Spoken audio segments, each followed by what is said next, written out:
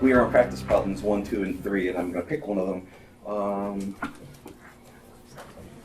See, well, we're going to have to do NH3. The other ones are, let's see, hydroxide. So 1 and 2, if you just look at the problems as you read through it, just glancing through it, using that whole language, not really reading the words, just looking at the words. As you go through, you're going to see the word hydroxide in the first one and in the second one. If you have a hydroxide, what is going to be a product of the reaction? You are going to make water. That's right, hydroxides are going to make water. Why? First of all, the hydroxide is a polyatomic ion, which means that your base is ionic. And the only ionic base reactions that we've covered so far always produce water. Water and a salt. Water and a salt. You need to get a little more separation there. Water and a salt. Water and a salt. I think you guys did that like the first couple of days of school, right? That was a water and a salt. Okay. And that's so you get restriction period detention for that. We don't do water and salts here. We get water and a salt. They both know what I'm talking about. Yeah. Don't reenact it, okay? Fond memories from your youth several months ago. Let's look at practice problem number 3 then as an example. We'll start with that one because it gives us from the very beginning. Given that ammonia, NH3, is a base, so if we, from just what we've read so far, if I know that ammonia is a base, and I'm going to write it in the standard notation I've encouraged you to use, is that acid plus base, given that ammonia is a base, determine the reaction that occurs between carbonic acid, H2CO3,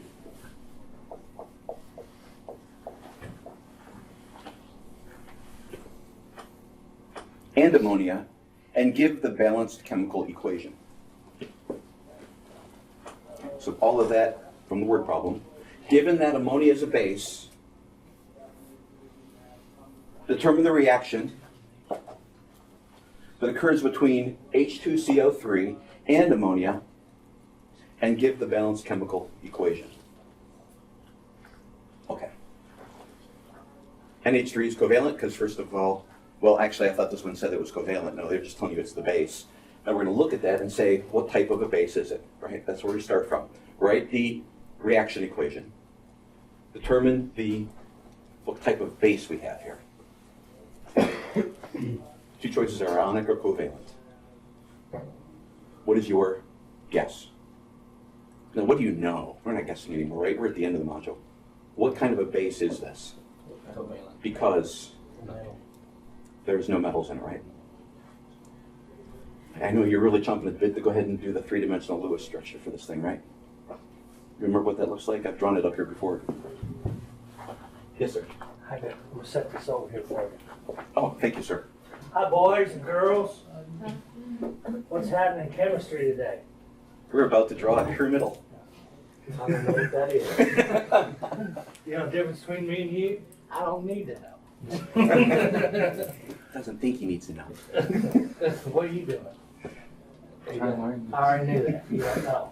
Thank you, sir. Bye, guys. So we've got a nitrogen. Hey, come here.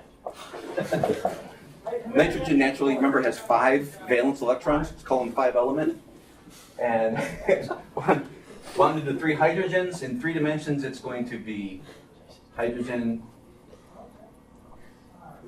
hydrogen, and hydrogen. So we've got a pyramidal. Okay. Being able to draw the 3-dimensional structure of NH3 is way beyond what you need to do in this module, right? All you need to do for here is say, is it ionic or is it covalent? If you could do this, which was several modules ago, looking at this, you know that that's covalent. There are no ionic bonds here. There is electron sharing taking place. They're sharing the electrons. We know they're sharing also because there's none of these are metals, so none of them want to give up and receive. They all want. They're all takers. Right? All of these elements want to take, not give. And that nature of wanting to take and not give makes them not willing to separate easily in solution, for example. We'll get into that in the next module. but also is going to control this reaction. That tendency to want to keep, as opposed to dissolve and share and trade off. So this covalent nature of this base, we've learned the shorthand meaning that what are we going to produce? Well, we don't know specifically here. With an ionic base, we know that it's going to be water and an ionic compound known as a salt. In this case, it's a covalent molecule. So all we can say generally about the product of reaction is that it's going to be what?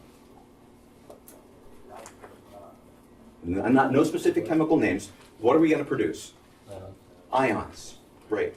The general answer is what are we going to produce? Ions. Specifically, what are we going to produce? We'll get into that in a moment.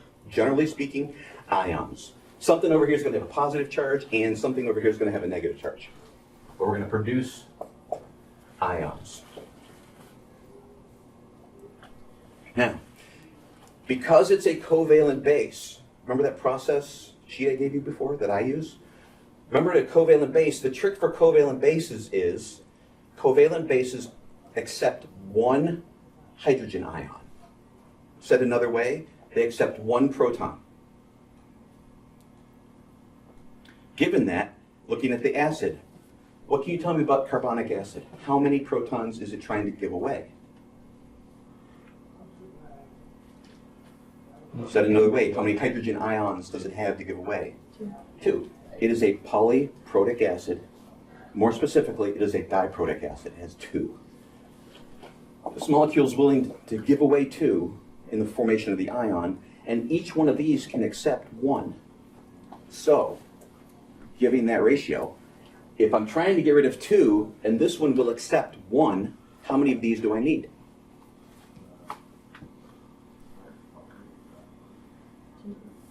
I need two. Hopefully you see that. I'm going to need two molecules of ammonia because each one of those can accept one proton, and this one molecule of acid has two protons to give. So I need two of these to accept both of these. See the two? That's where this coefficient comes from. I need these two because each one can accept one of these, and I have two of them to give away. Okay. So now, in my balanced equation, I have my acid and my base, and they are in the right proportion to neutralize each other. I'm still not concerned about what my products are going to be yet. Just that I need two of these for every one of these so that the hydrogens can be accounted for in reaction. So that's the next step in the process. Now, what comes next? My process is I am going to simply write whatever I have here as my base. I'm going to write it again, including the coefficient. So I have two ammonias that are going to become two ammoniums. They're going to each accept one of these hydrogens. So the process here is to write whatever you have as your base, including the coefficient, write it again, but in this case, write it and stop short of your subscript for your hydrogen. Because your subscript on your hydrogen is going to be one more than it was on your initial base. I had two NH3 molecules, so after they each receive one hydrogen, they're going to become two NH4 molecules. How? They accepted, each one of them accepted one of those hydrogens. Because each one of these molecules accepted one positive charge, they went from being neutral to being one positive. That's my charge. Your ions have to include a charge symbol. They went from NH3 to NH4. The hydrogen that it accepted has a +1 charge. So think of it that way. It now has the +1 charge. So we've accounted for the transformation of this molecule. Have we accounted in product for the transformation of this molecule yet? No, we don't have any carbons over there. We don't have any oxygens over there. We need to account for this molecule. What part of this molecule have we accounted for? The two hydrogens. We've accounted for the 2 hydrogens, but we have not accounted for the carbonate. So, let's account for the carbonate.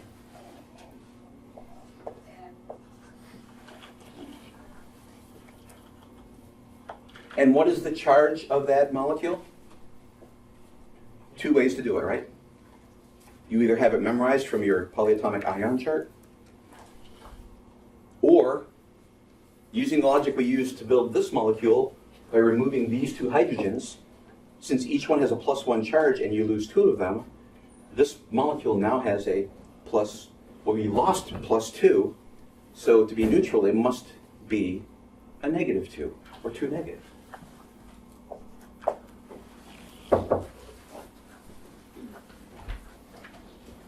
Sorry. So carbonic acid, one carbonic acid molecule reacts with 2 ammonia molecules to form 2 ammonium molecules, which have a +1 charge, and 1 carbonate molecule. I almost said carbon trioxide, but carbonate molecule with a 2 negative charge. And we should be done. But let's go through and check the balancing, make sure it's right. Remember, when you check your balancing, the first thing you do is look across and see, do I have any fractional coefficients? I don't. They're all whole number coefficients. 1s and 2s. Since I have 1s, I can't reduce it anymore. If I had 2s and 4s, I could simplify, right? But let me take a look now and go through. How many hydrogens on this side? 2 + 6 is 10. Is that right? 2 times 3 is 6 + 2 is 8. That's my hydrogens. 2 + 6 is 8. 2 times 4 is 8. My hydrogens are balanced. 1 carbon, 1 carbon. 3 oxygens, 3 oxygens. 2 nitrogens, 2 nitrogens. I've already accounted for the hydrogen. We're done.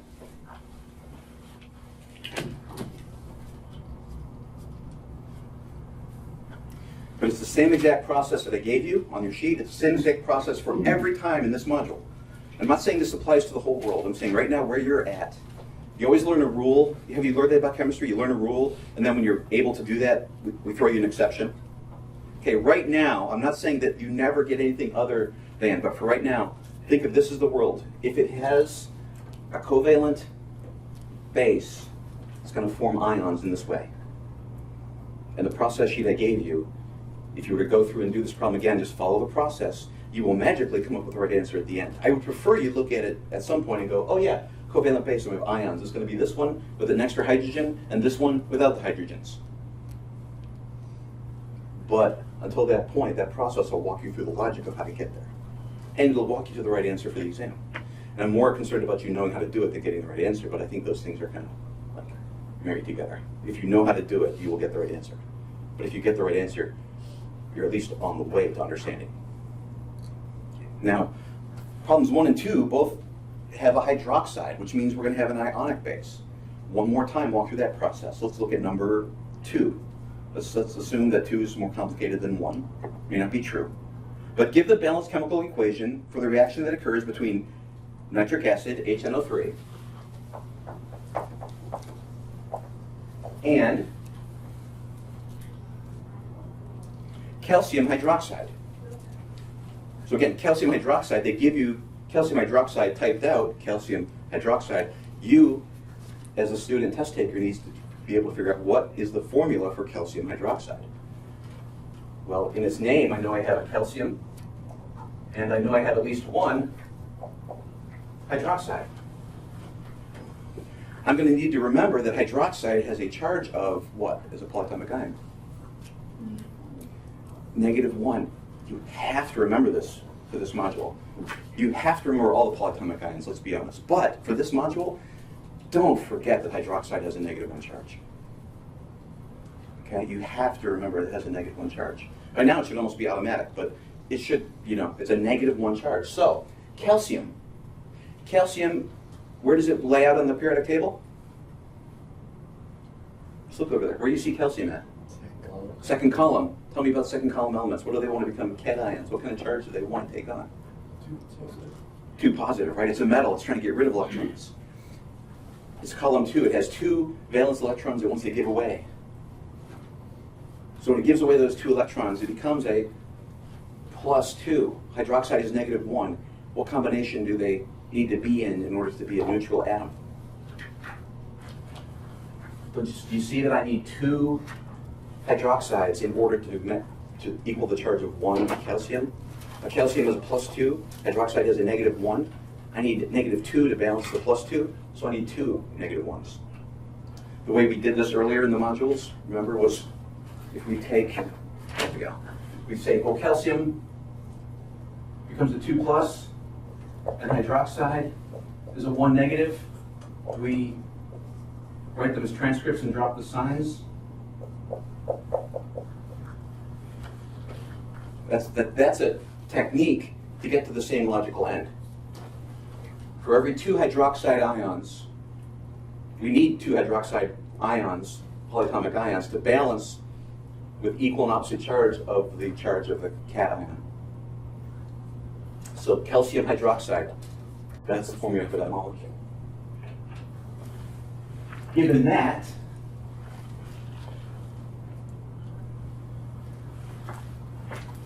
we were told that this is nitric acid, so is it the acid? Yes, because it's nitric acid, acid's in the name. We also look at it as a leading hydrogen. That would lead us to think that it's the acid. So either by the name or the leading hydrogen in the formula, good hints that it's the acid. And this has a hydroxide. If it has a hydroxide, it is going to be the base. Okay? If you have a question that has a molecule that has a hydroxide polyatomic ion in it, it is your base. So if an acid and a base reacts to produce, okay? Before I go to the other side, I ask myself the question, what kind of a base is it? Well, the fact that we constructed it by balancing the charges, which should tell us that it's an ionic base. Or the fact that we know that this is a polyatomic ion, and it's matched with a metal, that this forms a ionic bond between this element, between this atom and 2 of these covalent molecules of polyatomic ions. It's held together as a molecule in this form by charges. This is an ionic base. Given that it's an ionic base, right now, where you are in your learning, if I have an acid and an ionic base, the product of reaction is going to be, help me out, what is it going to be? An acid and an ionic base produces water and a salt. I don't know if I can ever say a salt without looking at you guys, okay? So I apologize in advance. It's not a salt, it's a salt. So we're going to form water and salt. Remember too that when you see hydroxides, you're going to make water. Why? You've got 2/3 of what you need for water right there. All this is screaming for is give me a hydrogen. Guess what? All this acid is screaming is take my hydrogen. We can work out a deal here. An ionic base and an acid react to produce water and a salt. Right now, what I'd like you to do, though, step back for a moment and go, let me make sure that I balance this equation, and the key to balancing this is going to be forming water molecules. I haven't always taught it this way, but this year I've introduced this. But we'll go back and look and see how many hydrogens do I have as it's currently stated. I have 1 hydrogen, right? Kind of like balancing, make sure you got the same number of carbons on the left and the right of the reaction arrow. Here we're going to actually balance hydrogens and hydroxides on the reactant side of the equation. From this acid, I have 1 hydrogen that's donatable. It's not a polyprotic acid, right? It's monoprotic. It's 1, all it has. Hydroxides, how many do I have? 2, right. I have 2 hydroxides. Trying to make water. To fully use up all the hydrogens and hydroxides, if I just leave it the way it is, I make 1 water molecule, but I've got an extra hydroxide floating around. What must I do? I need to find this another hydrogen to bond with. How do I do that? Let me go ahead and put a 2 here.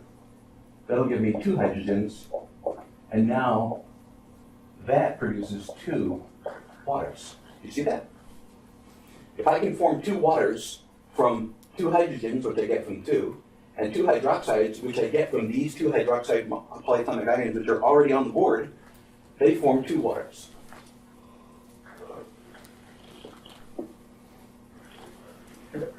Now, erase this down here down below.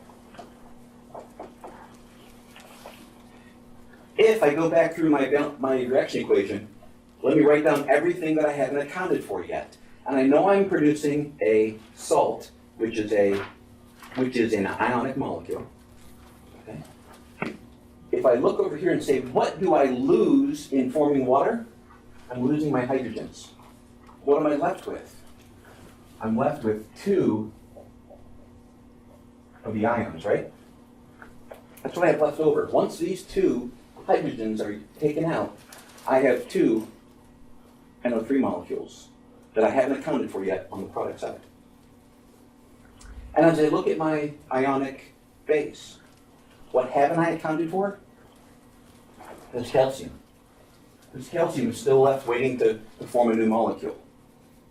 But my hydrogens and my hydroxides have been accounted for in that water. I've got 2 NO3 molecules. What must their charge be?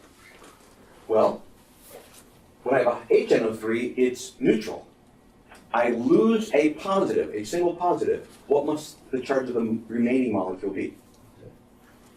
1 negative. I lost a positive, so it must be negative because before it was neutral. To take away a positive, I've got an imbalance of 1 negative. So I have 2 NO3 molecules with a -1 charge each. What about calcium over here? Well, we could remember that calcium is a second column element, so as a cation, it wants to have a +2 charge, or 2+ charge. Or we can say it lost 2 at -1 each. So it lost 2 negative, what must it be? 2 positive. Okay? That's what's left over after I make water. If you remember when we first taught this, we said we have the non-hydrogen portion of the acid combines with the cation of the base to form the salt. The salt is going to be the proper ionic formulas. Start with the metal, the cation first. Calcium. And NO3, nitrate. Calcium nitrate. But how many nitrates do I have to account for? There's 1 calcium, I need to account for 2 nitrates. Oh, but that's going to work out for me, right? Because this has a 2+ charge, it needs 2 negative to balance it, and each one of these has 1 negative, so I need 2 of them to balance it, and that accounts for both of them. So I'm going to need to indicate that in that way. So this is your balanced reaction equation for an ionic base. This is your balanced reaction equation for a covalent base. If you check it real quickly. Hydrogens. 2 + 2 is 4. 4. Nitrogens. 2. 2. Oxygens. 6 + 2 is 8. Right? 2 through 6. 7, 8. Oxygens, and here is 2 + 6 is 8. Calcium is 1 and 1. And I've already counted for the oxygens and the hydrogens. So it is balanced reaction equation. 2 molecules of nitric acid and 1 molecule of calcium hydroxide react to produce 2 molecules of water and 1 molecule of calcium nitrate. Said another way, 2 moles of nitric acid and 1 mole of calcium hydroxide react to produce 2 moles of water and 1 mole of calcium nitrate. Does not say 2 grams of nitric acid and 1 gram of calcium hydroxide react to produce 2 grams of water and 1 gram of calcium nitrate. It does not say that. We have to get the moles before we can relate them, because these are stoichiometric coefficients. Stoichiometry is based on counts, and the unit of count we use is a mole. Alright, so that is your review of valence reaction equations and the reaction products of reaction for ionic and covalent bases.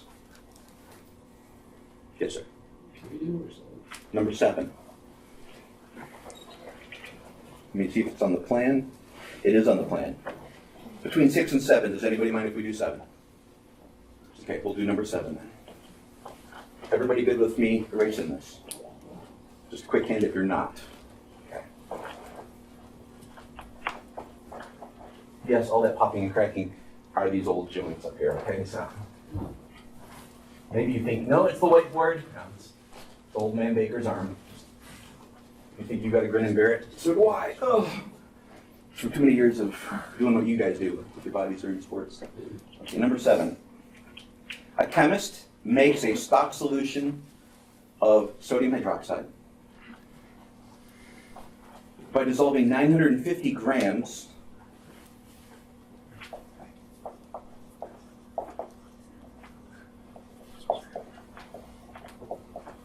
sodium hydroxide. Okay. A chemist makes a stock solution of sodium hydroxide by dissolving 950 grams in enough water to make 2 liters. So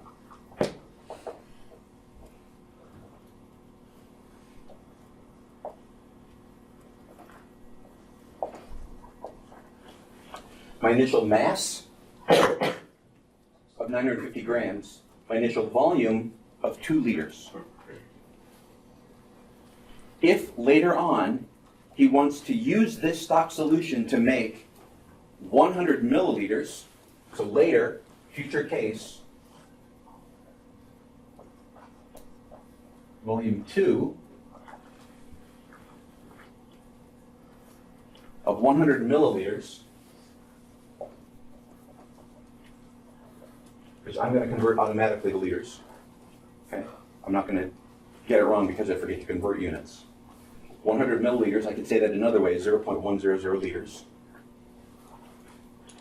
So my second volume, he wants to make this stock solution, or he wants to take this stock solution to make 100 milliliters of a 0.10 molar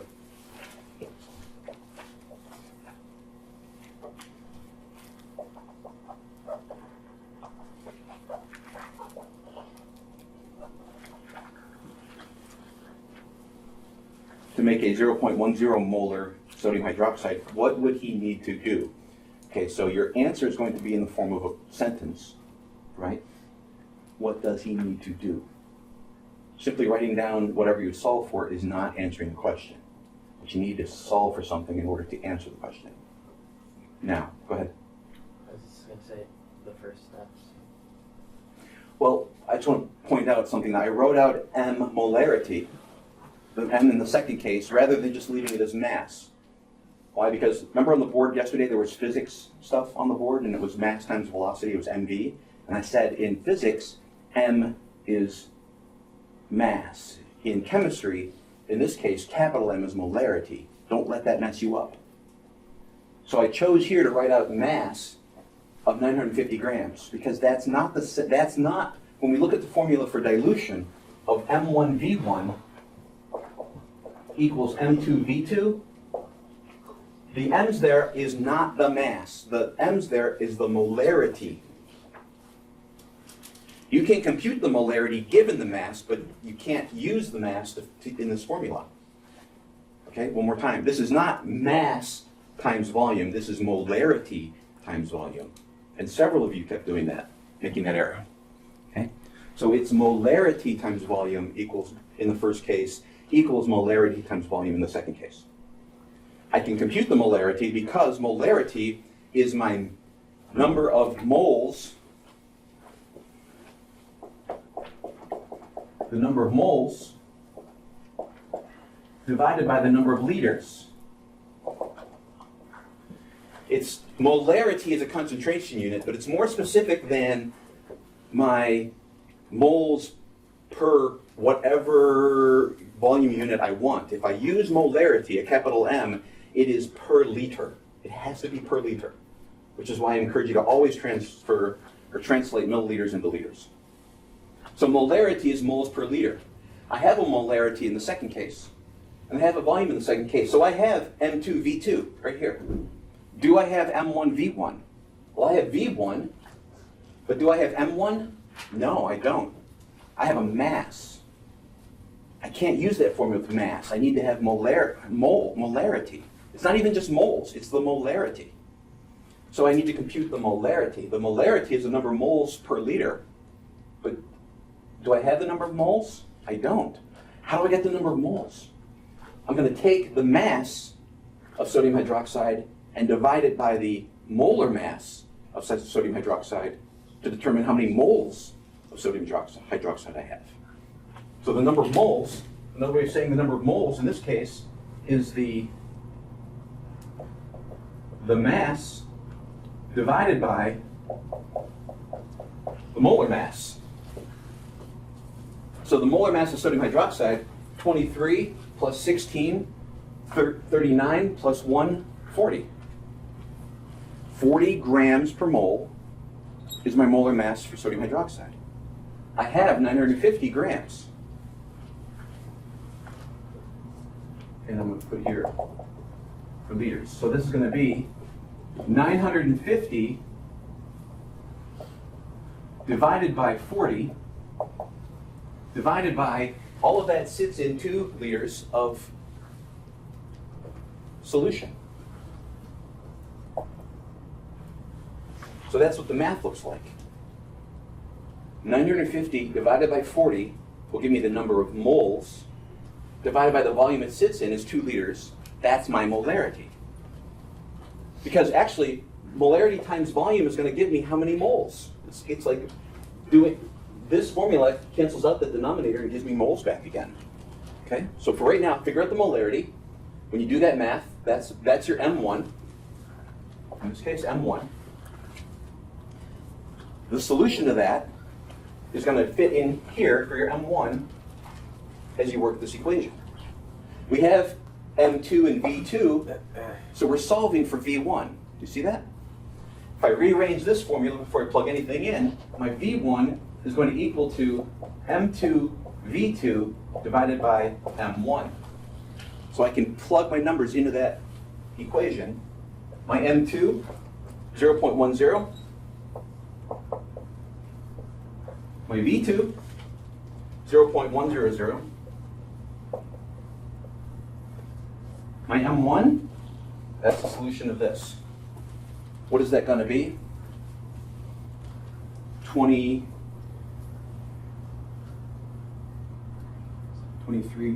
just under 24 divided by just under 12, 11, a high 11 something, okay?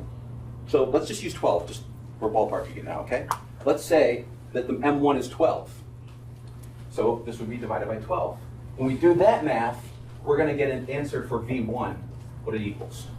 And the volume there is going to be in liters, right? The volumes are in liters. So I do the math and I get a solution here. I get a solution to the problem, not a solution as in what we're going to do next.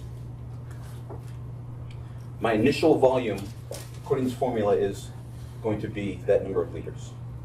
Again, you can do the math, but what does the answer to the problems actually say? What would he or she need to do? Again, the standard response to that kind of a question, you're generally going to be solving for V1. Why? Put on your imaginary thinking cap, okay? Again, I'll use you as an example. You are my lab tech. We are now getting paid big bucks because we survived chemistry and we're now actually doing chemistry and companies are paying us a lot of money to do chemistry for them. And I look to you and I say, yo, dude, or dudette, because like we're like peers now, because you're out of school and we're working together, right? I need you to go into the lab and make me some 0.1 molar sodium hydroxide. As a matter of fact, I need 100 milliliters of it. I want you to go in there and make me exactly 100 milliliters of a 0.1 molar sodium hydroxide. Oh, and go ahead and use the stock solution that's on the shelf. Well, you computed the molarity for that, right? What would you do? That's the question. What would you do? you would go into the lab and you would either make or take the solution that we, according to this molarity that we have in the lab, your stock solution. You would take that stock solution and you would pour a V1 amount of it into a container. Take the stock with the high concentration, pour out a certain volume of it. What is that volume? The volume is your V1. You take a V1 amount of your M1 molarity solution.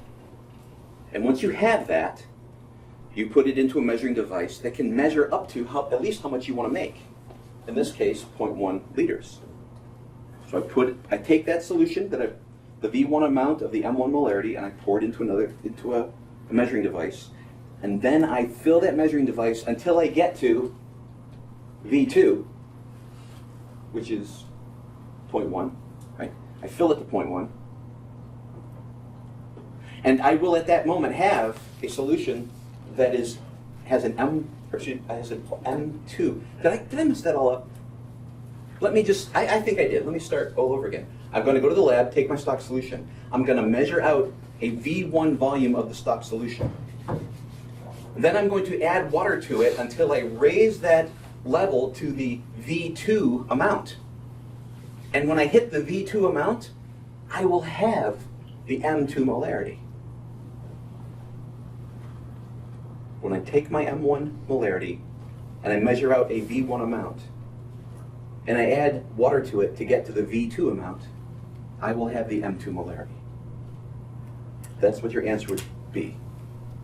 He or she would go into the lab, take the stock solution, measure out 2 liters of it. Excuse me. This is what we use to compute the molarity. Go into the lab, take the stock solution, measure out the V1 amount of that, add water to get to the V2 amount, and you will have the M2 molarity concentration in that amount. So nothing's wasted. All you're doing is taking the concentrate and diluting it by adding water to make it weaker. Remember, when you go to make your solutions, you have to take something that's stronger and make it weaker. We have not discussed how to take something that's weak and make it stronger. So if you needed to make a 0.1 molarity, you have to start with something that is equal to or greater than a 0.1 molarity. I mean, that'd be the trick question, right? You have a 0.1 molar stock solution, and you need to make 100 milliliters of 0.1 molar solution. What do? You just pour out 100 milliliters, you're done, because it's already the same concentration. So the concentration you end with has to be, for our purposes now, the same or less than. You're creating something that's the same or less than concentration. So you need to start with something that's the same or more than what you need. I know that gets confusing because I've obviously misspoke a couple times here. But you're taking something that's strong and making it weaker. You cannot take something that's weak and making it stronger. And typically what you're going to do is measure out a certain amount and then add water to it to make it weaker. The question is, how do you do that? You take a V1 amount of your strong, your M1, you add water to that until you get to the V2 level, and you will have the M2 molarity. I know I said that one right, okay, so.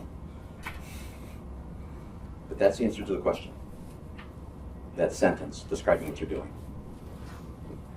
I go to the lab, one more time, I go to the lab, and I pour out a V1 amount of my M1 solution. And then I add water to it until I get to the V2 amount. And when I get to that V2 amount, I will have an M2 molarity.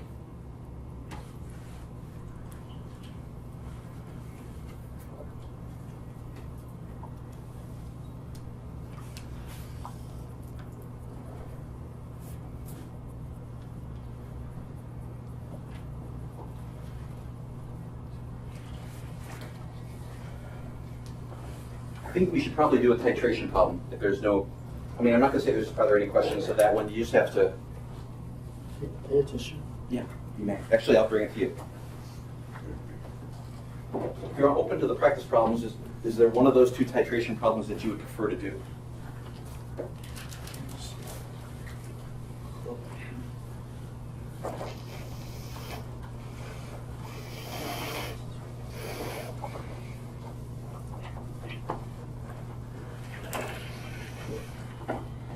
look back to the YouTube channel and go, hear that right there, that noise that somebody blowing the nose? That's me. We code on there, that's me. Yeah, put a little bubble. This is, and username. No, he's not sleeping in class. See, he can blow his nose. He has to be awake.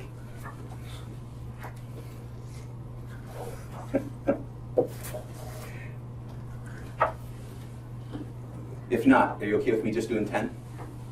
Does that work for you? I haven't even read it yet, so maybe I pick the hard one. Back me up on this, okay? I haven't done a bazillion of these. But remember, what we're ultimately trying to do is balance the appropriate amount of acid and base to perfectly work out the reaction equation. Titration is about hitting that perfect balance. And using indicators lets you know when you're there. Actually letting an indicator know when you've gone at least a part of a drop too far. It helps us narrow down where that point actually is. So, a solution of H2SO4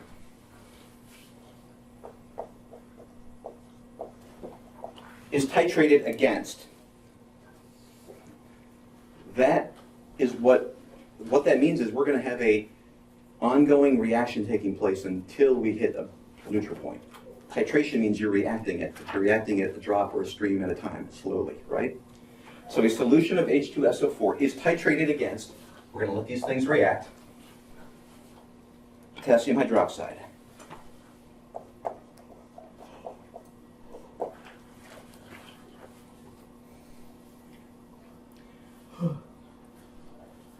Okay? Now, the rest of the information on there I'm going to need eventually, but I have to do something else first. And what is that? What is the step I need to accomplish before I consider all the molarities and the volumes and all this kind of stuff? What do I have to consider here? What is the balanced reaction equation going to look like? What is the balanced reaction equation? Now, frankly, when I do a titration, all I'm really concerned about are the two reactants. I'm really not concerned about the product. I'm just trying to find the perfect match of the reactants, right?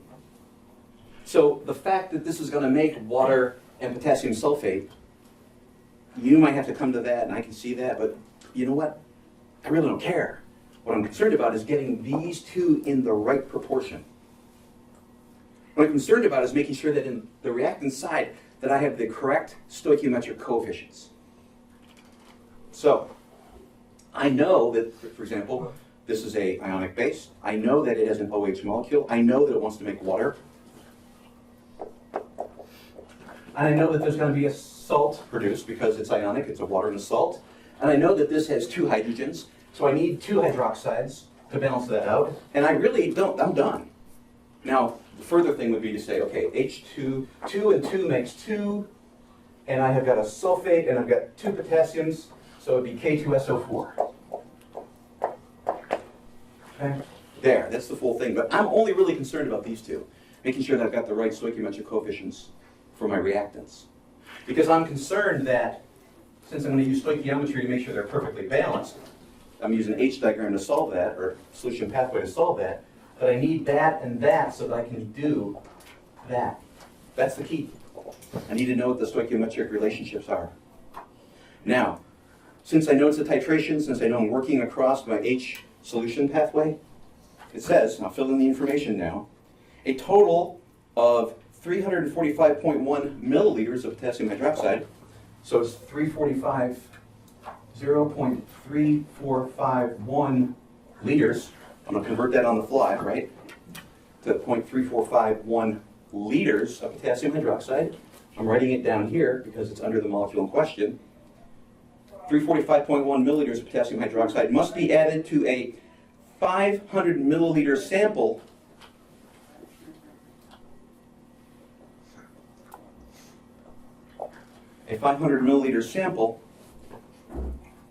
of H2SO4, because remember, masses go here, molar masses go here, to solve for moles here.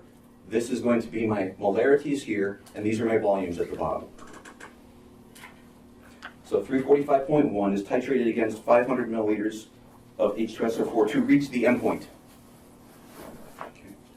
When I've got this much of this, I have the perfect amount to neutralize this much of this, and vice versa.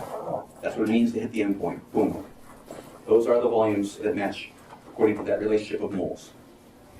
what is the concentration of the H2SO4? The concentration is what? I look at this pathway and say, I go from my known to my unknown. Where is my unknown here?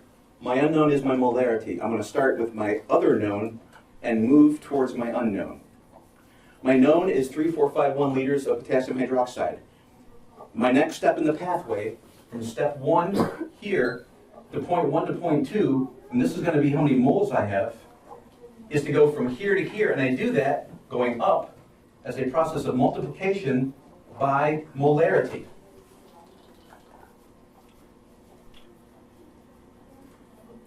It says the solution of H2SO4 is titrated against a 1.2 molar potassium hydroxide. So times, the molarity there is, again, 1.2 molar. So 0.3451 liters times 1.2 molar is going to tell me when I use up that much of this concentration, in that it has this many moles of potassium hydroxide.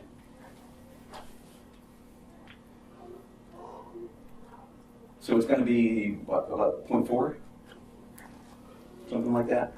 For our top now, let's just use 0.4. 0.4 moles. If that were 0.4 moles, and the real answer is more precise than that, but because of time, 0.4 moles has to perfectly balance stoichiometrically with this number of moles. How many moles must I have balanced it against? Well, I'm moving in this direction, so my multiplier is 1/2, right? If I have 0.4 here, then I need to balance that against 0.2 over here. Does it make sense that 0.4 moles of potassium hydroxide balances 0.2 moles of H2SO4? Yeah, because I need a 2-to-1 relationship. So when I have this much of this concentration, within that I have this many moles, which must react with this many moles over here. Now I'm looking for the molarity here. What's my molarity?